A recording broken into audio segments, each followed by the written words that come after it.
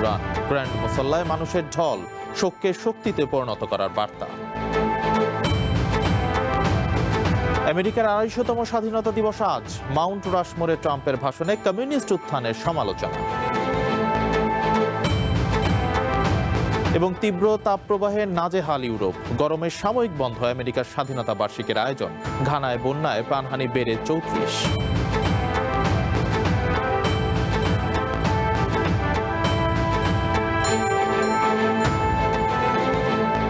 স্বাগত আন্তর্জাতিক বুলেটিনে। আমি রাকিব আহমেদ তমাল। শুনছিলেন শিরোনাম, এবার জানাবো বিস্তারিত। শোক আর শ্রদ্ধায় আয়াতুল্লাহ আলী খামেনিকে শেষ বিদায় জানাচ্ছে তেহরানবাসী। খামেনি গ্র্যান্ড মুসল্লা কমপ্লেক্স ও তার আশেপাশের এলাকা যেন জনসমুদ্র। হাজারো মানুষের দীর্ঘশ্বাসে ভারী হয়ে উঠেছে বাতাস। বিশ্লেষকরা বলছেন, এই জানাজা ইরানের শাসন ব্যবস্থার জন্য বড় পরীক্ষা। খামেনির পক্ষে কতটা জনসমর্থন রয়েছে তা যাচাইয়ের চেষ্টা করবে দেশটির নেতৃত্ব। গোটা ইরান শোকের চাদরে ঢাকা। দীর্ঘ ৪ মাস পর ইরানের প্রয়াত ধর্মীয় নেতা আয়াতুল্লাহ আলী খামেনির মৃতদেহ জনসম্মুখে। রাজধানী তেহরানের ইমাম খোমেনি গ্র্যান্ড মুসল্লা কমপ্লেক্সের আশেপাশের এলাকায় এখন জনসমুদ্র। প্রিয় নেতাকে শেষ বিদায় দিতে এসে কান্নায় ভেঙে পড়ছেন তেহরানবাসী। শোক অনুষ্ঠানে মাইকে পার্সিয়ান ভাষায় বেজে উঠছে, হায় হাসান, আমাদের বিশ্বাসই হচ্ছে না তুমি আর আমাদের মাঝে নেই। তোমাকে কেড়ে নেওয়া হয়েছে। খোদার কসম, আমরা বুঝে উঠতে পারছি না তোমাকে কিভাবে বিদায় জানাবো।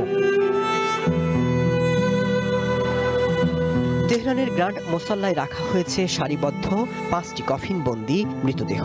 প্রতিটি কফিন ইরানের জাতীয় পতাকায় মোড়ানো।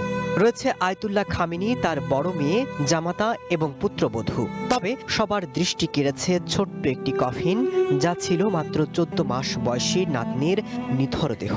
কফিনের সামনে তার নিষ্পাপ ছবি দেখে অনেকেই বুক চাপড়ে চিৎকার করেছেন, কেউ কেঁদেছেন নীরবেই।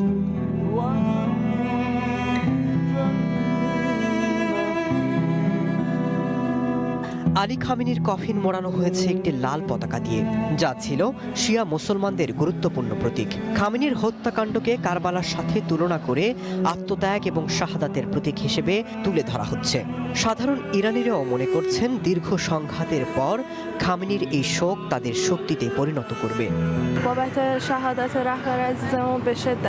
আমাদের প্রিয় নেতার মৃত্যুতে আমরা গভীরভাবে শোকাহত। এই পরিস্থিতি আমাদের হৃদয়ে যে অপরিসীম শোকের সৃষ্টি করেছে তা পূরণ করার কোনো উপায় নেই। এই শোক আমাদের কাছে একজন পিতাকে হারানোর মতোই। কেবল তার রক্তের প্রতিশোধ নিশ্চিত করার মাধ্যমেই এই দুঃখ কিছুটা লাঘব হতে পারে।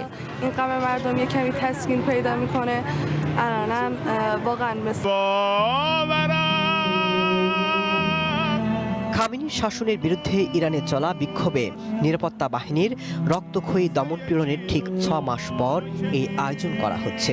বিশ্লেষকরা বলছেন, এর মাধ্যমে খামেনির পক্ষে কতটা জনসমর্থন রয়েছে তা যাচাইয়ের চেষ্টা করছে দেশটির ধর্মীয় নেতৃত্ব। তবে তাদের আহ্বান ছাড়াও সরকারি কর্মচারী, আধা সামরিক বাহিনী সহ রাস্তায় নেমেছে সর্বস্তরের শোকার্ত মানুষ। Masud Rana, one international desk. ইরানের প্রয়াত সর্বোচ্চ নেতা আয়াতুল্লাহ খামেনির শেষ বিদায়ের মূল আনুষ্ঠানিকতা চলছে তেহরানে। সর্বসাধারণের জন্য খুলে দেওয়া হয়েছে মুসাল্লা মসজিদ প্রাঙ্গণ। আমরা সরাসরি চলে যাচ্ছি সেখানে।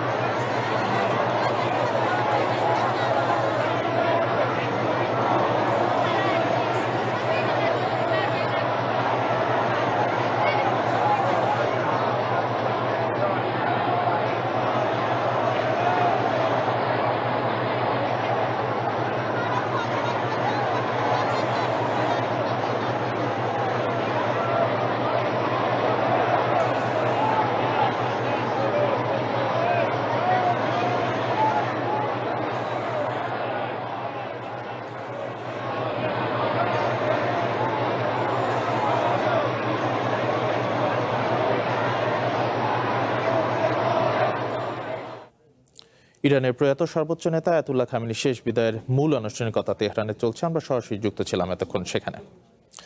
পরবর্তী খবরে যাচ্ছি। আমেরিকার 250তম স্বাধীনতা দিবস উদযাপনে মেতে উঠেছে পুরো দেশ। এই ঐতিহাসিক ক্ষণকে সামনে রেখে সাউথ ডাকোটার বিখ্যাত মাউন্ট রাশমোর স্মৃতিসৌধে চলছে শেষ মুহূর্তের ব্যাপক প্রস্তুতি। 250তম স্বাধীনতা দিবস উপলক্ষে 4 দিনব্যাপী উৎসব করতে যাচ্ছে আমেরিকা। সাউথ ডেকোটার ব্ল্যাক হিলসের মাউন্ট রাশমোর স্মৃতিসৌধে এখন সাত রব। George Washington, Thomas Jefferson, Theodore Roosevelt আর আব্রাহাম লিঙ্কনের বিশাল পাথরের ভাস্কর্যের পাদদেশে চলছে শেষ মুহূর্তের ব্যস্ততা। 4 জুলাইয়ের জমকালো অনুষ্ঠান সফল করতে কয়েক মাস ধরে কাজ করছেন আয়োজকরা। সবচেয়ে বড় আকর্ষণ পাহাড়ের চূড়া থেকে চোখ ধাঁধানো আতশবাজির প্রদর্শনী। আর সেজন্য পাহাড়ের ওপর ভারী সব সরঞ্জাম নিখুঁতভাবে পৌঁছে দেওয়ার কাজ চলছে। ফ্রিডম 250 নামের একটি সরকারি বেসরকারি যৌথ উদ্যোগে আয়োজিত হচ্ছে এবারের মহোৎসব। আমরা প্রায় 1 বছর আগে থেকেই এই পরিকল্পনা শুরু করেছি। এখন চারদিকে শুধু ব্যস্ততা। পাহাড়ের একদম ওপর থেকে যেন আতশবাজি ফোটানো যায়, সেজন্য সব সরঞ্জাম সেখানে টেনে তোলার মতো কঠিন কাজগুলো আমরা এখন করছি। ঐতিহাসিক এই উদযাপনের অংশ হতে দূর দূরান্ত থেকে মাউন্ট রাশমোরে ছুটে আসছেন হাজারো দর্শনার্থী।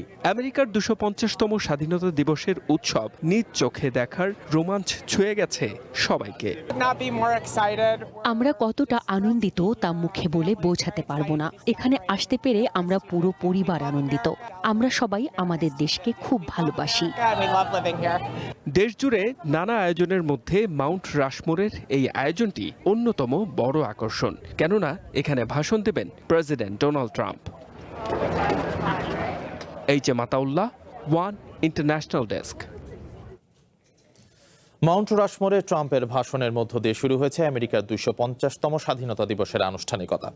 ভাষণে আমেরিকার ঐতিহ্য ও সংস্কৃতির প্রসারে জোর দেওয়ার পাশাপাশি সমাজতান্ত্রিক ও কমিউনিস্টদের উত্থানের তীব্র সমালোচনা করেছেন ট্রাম্প। ইহুদিদের বেশিরভাগই কেন ডেমোক্রেটিক পার্টিকে ভোট দেয় তা নিয়ে নতুন করে প্রশ্ন তুলেছেন ট্রাম্প।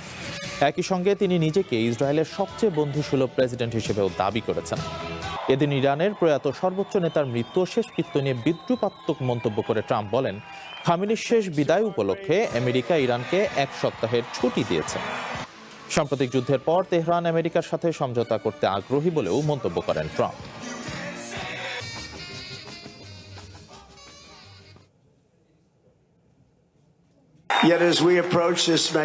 আমরা বীরদের স্মৃতিস্তম্ভের নিচে দাঁড়িয়ে রয়েছি, যারা ছিলেন একদল সত্যিকারের অবিশ্বাস্য মানুষ, এবং আমরা এই আমেরিকার নায়কদের মতোই বিশাল, সাহসী, মহৎ এবং মহান একটি জাতি হিসেবে নিজেদের আবারও উৎসর্গ করছি।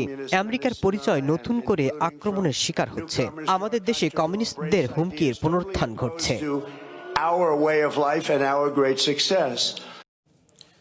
ইরানের পারমাণবিক স্থাপনা পরিদর্শনের অনুমতি পায়নি international atomic energy agency IAEA। তেহরানের কাছে আনুষ্ঠানিকভাবে অনুরোধের পরেও কোনো কাজ হয়নি বলে জানান প্রতিষ্ঠানটির director general Rafael Mariano Grossi. শুক্রবার জেনারেল গ্রোসি জানান, স্থাপনা পরিদর্শনের অনুমতি ইরান দেয়নি, তবে সেখানকার পারমাণবিক প্রকল্পে কী পরিমাণ যন্ত্রাংশ ও অন্যান্য উপকরণ আছে তার তালিকার প্রতিষ্ঠানটির কাছে আছে। গ্রোসি আরও জানান, স্যাটেলাইটের তথ্য অনুযায়ী ইরানের পরমাণু স্থাপনা ধ্বংসপ্রাপ্ত হয়েছে। গত 24শে জুন ইরানের ডেপুটি পররাষ্ট্রমন্ত্রী কাজেম গারিবাবাদির বক্তব্য অনুযায়ী আমেরিকার সাথে চূড়ান্ত চুক্তির শর্ত মেনেই ইরানের পারমাণবিক স্থাপনা পরিদর্শনের অনুমতি দেওয়া হবে।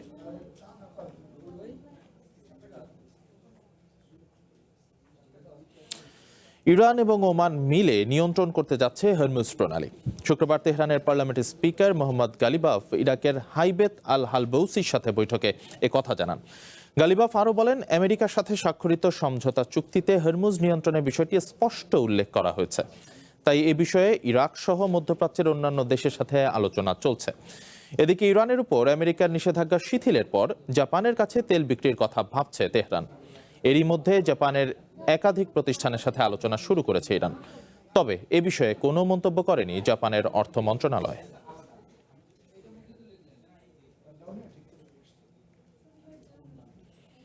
শান্তি আলোচনা চলাকালে ইরানের দুই শীর্ষ কর্মকর্তা পার্লামেন্টের স্পিকার মোহাম্মদ বাকের গালিবাফ এবং পররাষ্ট্রমন্ত্রী আব্বাস আরাকচিকে হত্যার পরিকল্পনা করেছিল ইসরায়েল, এমন খবরকে ভিত্তিহীন দাবি করে প্রত্যাখ্যান করেছে তেল আবিব। ইসরায়েলের মতে নিউ ইয়র্ক টাইমস এবং দ্য ওয়াশিংটন পোস্টে প্রকাশিত এসব প্রতিবেদন ভুয়া খবর এবং বাস্তবতার সম্পূর্ণ বিকৃতি। এর আগে দুই সংবাদ মাধ্যমে নাম প্রকাশে অনিচ্ছুক কর্মকর্তাদের বরাতে জানিয়েছিল, চলতি বছরের শুরুতে আমেরিকা ও ইরানের মধ্যে চলা আলোচনার সময় ইসরায়েল ইরানি শীর্ষ আলোচকদের হত্যার পরিকল্পনা করেছিল বলে বিশ্বাস করতেন আমেরিকার কর্মকর্তারা। এর আগে মার্চ মাসে ওয়াল স্ট্রিট জার্নাল জানায়, আরাকচি ও গালিবাফ ইসরায়েলের সম্ভাব্য লক্ষ্যবস্তুর তালিকায় ছিলেন। তবে যুদ্ধবিরতি আলোচনা পুনরায় শুরুর পর ওয়াশিংটনের অনুরোধে সাময়িকভাবে তাদের নাম সেই তালিকা থেকে সরিয়ে নেওয়া হয়। দ্য নিউ ইয়র্ক টাইমস আরও জানায়, ট্রাম্প প্রশাসন জানতে পারে বাঘের গালিবাফ ইসরায়েলের টার্গেট তালিকায় রয়েছেন।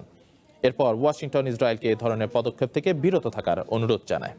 তীব্র তাপপ্রবাহে নাজেহাল ইউরোপের বিভিন্ন দেশ। প্রচণ্ড গরমে ফ্রান্স, বেলজিয়াম ও নেদারল্যান্ডসে এখন পর্যন্ত ৩৭০০ মানুষের মৃত্যুর খবর পাওয়া গেছে। এদিকে ইউরোপ ছাড়াও তীব্র দাবদাহে পুড়ছে আমেরিকা। গরমের কারণে সাময়িকভাবে বন্ধ করে দেওয়া হয় দেশটির ২৫০তম স্বাধীনতা বার্ষিকীর আয়োজন। জুন মাসের তীব্র তাপপ্রবাহে বিপর্যস্ত ইউরোপের ৩ দেশ ফ্রান্স, বেলজিয়াম ও নেদারল্যান্ডস। প্রচণ্ড গরমে এখন পর্যন্ত প্রায় ৪,০০০ মানুষের মৃত্যু হয়েছে। সংশ্লিষ্ট দেশগুলোর কর্তৃপক্ষ জানিয়েছে, এই সংখ্যা এখনও প্রাথমিক এবং সময়ের সাথে সাথে আরও বাড়তে পারে। বিশেষজ্ঞদের মতে গত ২০ থেকে ২৮ জুন পর্যন্ত স্থায়ী হওয়া এই তাপপ্রবাহ ইউরোপের ইতিহাসে অন্যতম ভয়াবহ। এতে বিদ্যুৎ উৎপাদন ব্যাহতের পাশাপাশি অবকাঠামোগত ক্ষতি এবং স্বাস্থ্য সেবাকে বিপর্যস্ত করে তুলেছে। মূলত বিশ্বজুড়ে জলবায়ু পরিবর্তনের কারণেই এই তাপপ্রবাহ ইউরোপের উপর দিয়ে বয়ে গেছে বলে মনে করেন ইউরোপের আবহাওয়াবিদরা।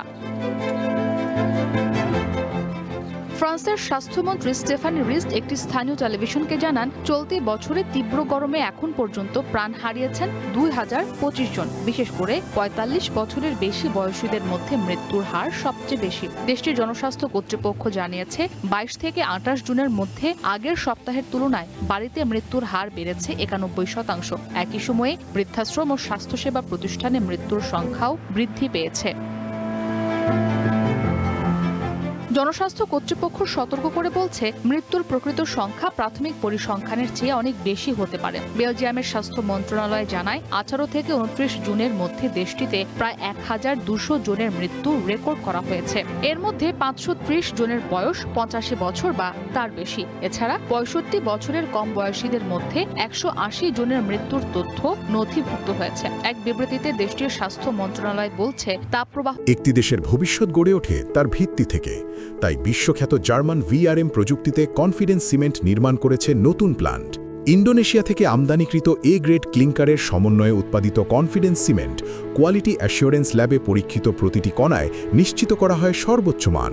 আর এই এ গ্রেড ক্লিংকারের কনফিডেন্স সিমেন্ট পৌঁছে যাবে বাংলাদেশের প্রতিটি শহর ও গ্রামে, প্রতিটি প্রান্তে, বাংলাদেশের হৃদয় জুড়ে।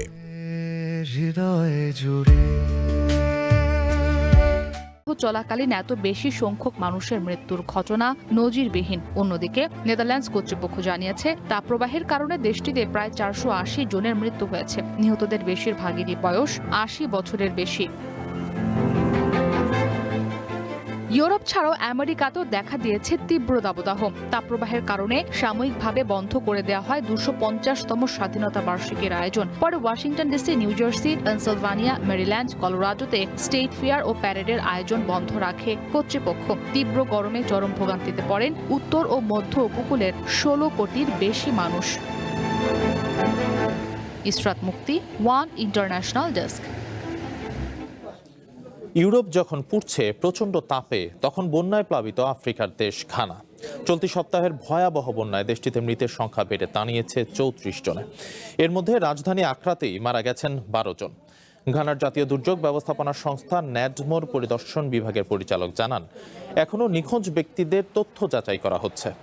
উদ্ধার অভিযানে আরও মরদেহ পাওয়া গেলে প্রাণহানির সংখ্যা বাড়তে পারে। জরুরি উদ্ধারকারী দল এখনও নিখোঁজদের সন্ধানে কাজ করছে।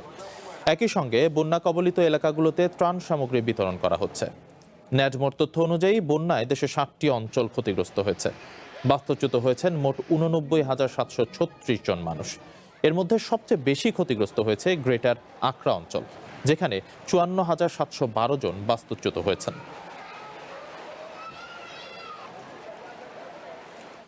ভেনেজুয়েলায় ভয়াবহ জোড়া ভূমিকম্পে এখন পর্যন্ত মৃতের সংখ্যা বেড়ে দাঁড়িয়েছে ২,৬৪৫ জনে। আহত হয়েছেন ১২,৬৬৬ জন বলে জানিয়েছে দেশটির যোগাযোগ ও তথ্য মন্ত্রণালয়।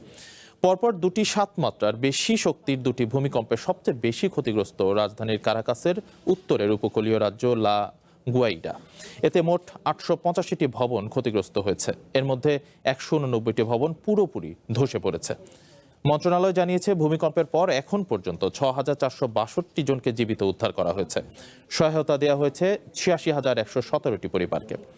এদিকে ভারপ্রাপ্ত প্রেসিডেন্ট ডেলসি রদ্রিগেজ পুনর্গঠন কাজের জন্য $২০ কোটি একটি তহবিল গঠনের ঘোষণা দিয়েছেন।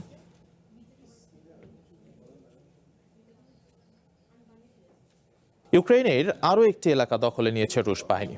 শুক্রবার পূর্ব ইউক্রেনের কোস্টিয়ান্টিনিভকা এলাকা দখলে নেওয়ার কথা নিশ্চিত করেন রাশিয়ার প্রেসিডেন্ট ভ্লাদিমির পুতিন। ওই দিন বাহিনীর কমান্ডারদের সাথে বৈঠকের সময়ই এমন ঘোষণা দেন তিনি। আরও জানান, রাশিয়ার তেল স্থাপনার উপর ইউক্রেনের হামলা দমনে সিকিউরিটি জোনের পরিধি বাড়াবেন তিনি। রাশিয়া ইউক্রেন যুদ্ধের ৫ম বছরে ডনবাস এলাকা সম্পূর্ণ দখল করেছে রুশ বাহিনী। শহরটিকে কৌশলগতভাবে গুরুত্বপূর্ণ বলে মনে করছে পুতিন সরকার। ডনবাস্কের পাশাপাশি ডনবাস এলাকার বেশ কিছু অংশ দখলে নেওয়া হয়েছে বলে জানান মস্কোর জেনারেল স্টাফ প্রধান ভ্যালেরি গ্যারাসিমভ।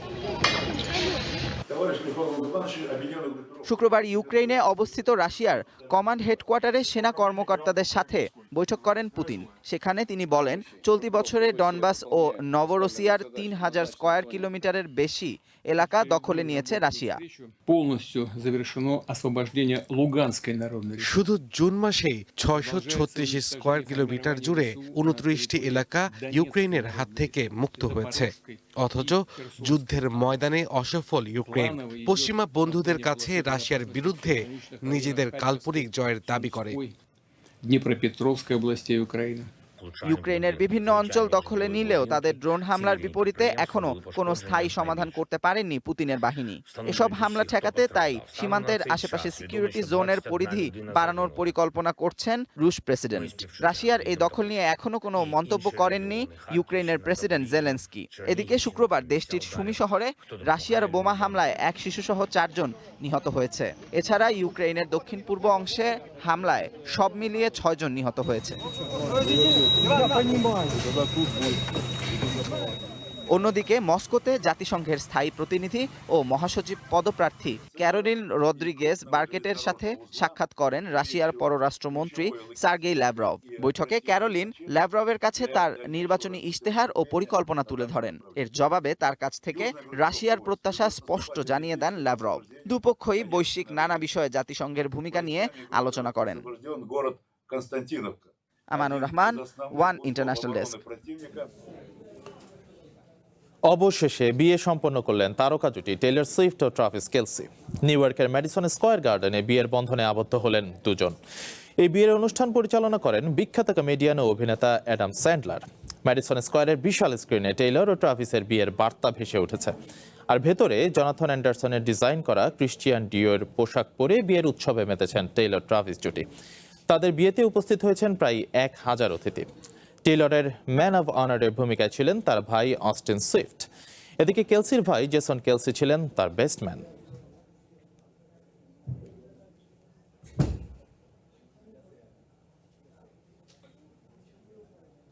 এই ছিল আন্তর্জাতিক বুলেটিনে। চ্যানেল ওয়ানের সাথে থাকুন, যুক্ত থাকুন আমাদের ফেসবুক পেজ এবং ইউটিউব চ্যানেলে।